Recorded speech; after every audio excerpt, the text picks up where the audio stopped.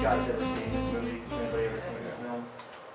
So, it's a really, now, I didn't know much about title sequences, but this was another sequence that used, it has, if you go on the DVD, on the extras, there's an entire thing about just the title sequence and the creation of this crazy manic sketchbook that this artist drew for the title sequence. It's really unbelievable.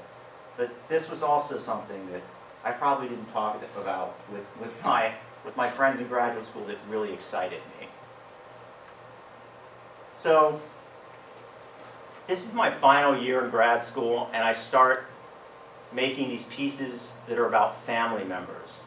Now, my relationship with my father, I went to a boarding school when I was from 8th grade to 12th grade, and then I went to college. So my relationship with my dad has always been kind of over a telephone.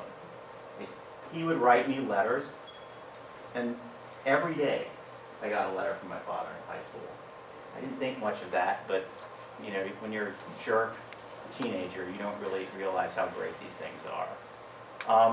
And sometimes the letters would be long, and sometimes they would be a picture of, like a Xerox of the telephone bill, and it just says, "Stop it, love, Dad." But my father has this amazing recall for phone numbers and names. And so I made this drawing. Oh, and this is a portrait of my dad on the right. I was making these kind of graphic symbols to depict different people in my life. And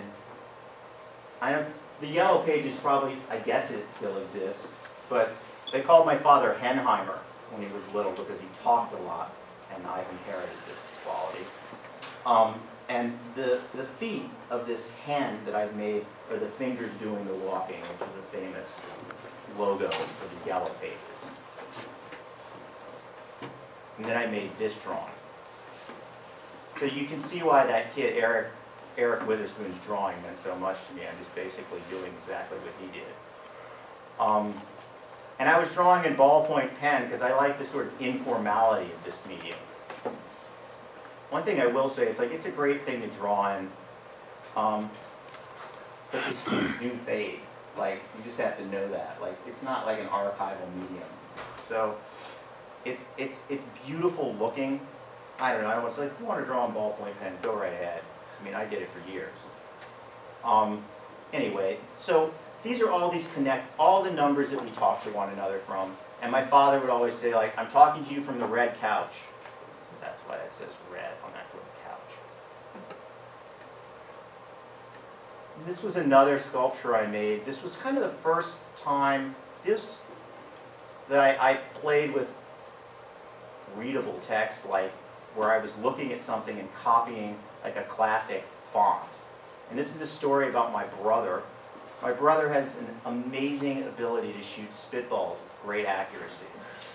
So I made this portrait of him as this funnel that would shoot spitballs, and this is a story about him shooting spitballs at me.